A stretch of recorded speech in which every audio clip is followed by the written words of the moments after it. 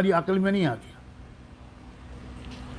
تو ظاہر ہے کہ پھر اب یہ تو مسئلہ والذین فی قلوبہم مرض کا ہو گیا. یہ مسئلہ علمی اختلاف کا نہیں ہے. یہ میں کیا عرض کروں کہ یہ بات کس حد تک پہنچ چکی ہے ان لوگوں کی جو اس قسم کی باتوں کا انکار کرتے ہیں. اور اب جب یہ ذکر چھڑ گیا ہے تو ایک بات میں اور آپ کی خدمت میں پیش کرتا ہوں.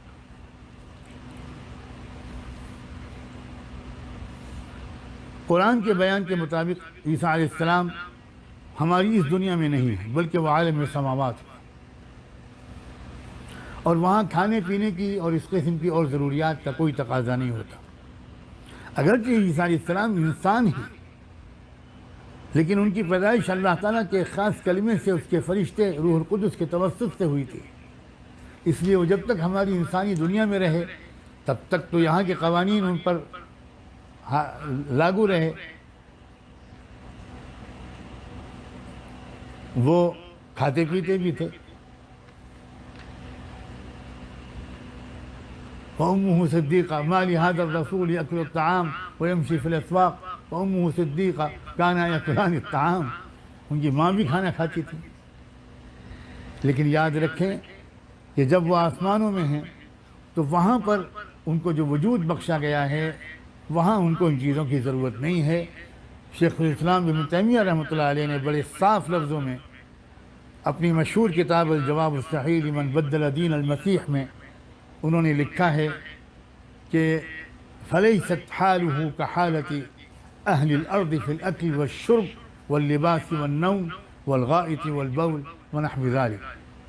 فرمایا وہاں آسمان پر کھانے پینے اور لباس اور سونے کی جیسی ضروریات اور تقاضوں کے معاملے میں ان کا حال زمین والوں کا سا نہیں ہے.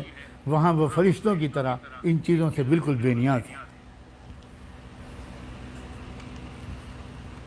اب یہاں میں لگے ہاتھوں یہ بھی ذکر کر دوں، آئندہ انشاءاللہ شاید دوبارہ بھی اس کا تذکرہ آئے گا جب دجال کا تفصیلی تذکرہ ہوگا، کہ دجال کے قتل کے لیے عیسیٰ علیہ السلام ہی کو اللہ تعالیٰ نے کیوں منتخب فرمایا.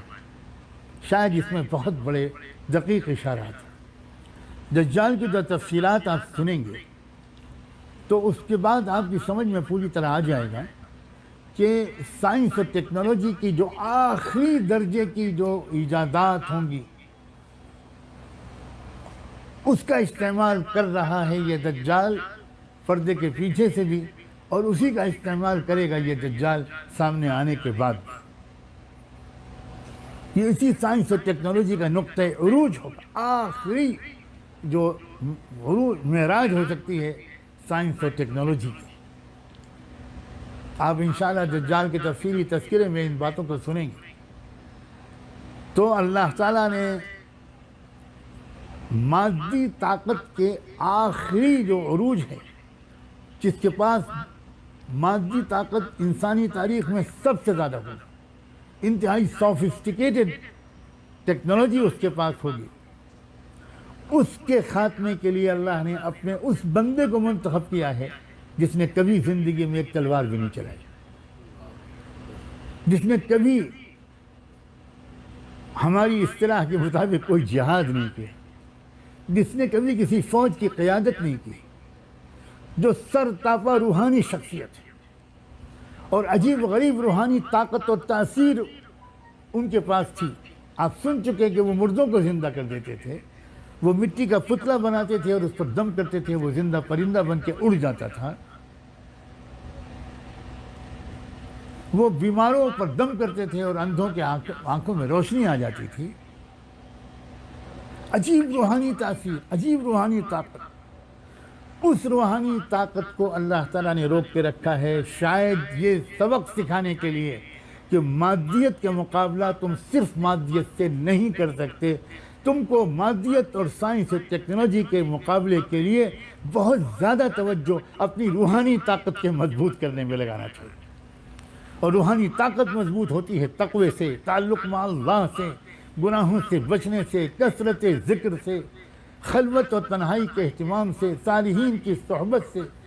روحانی طاقت نماز سے، رکوع سے، سجدے سے، تلاوت سے، ذکر سے، طواف سے، حج سے، روزے سے، صالحین کی محبت اور ان کی نظر میں آنے سے. اس سے روحانیت بڑھتی ہے.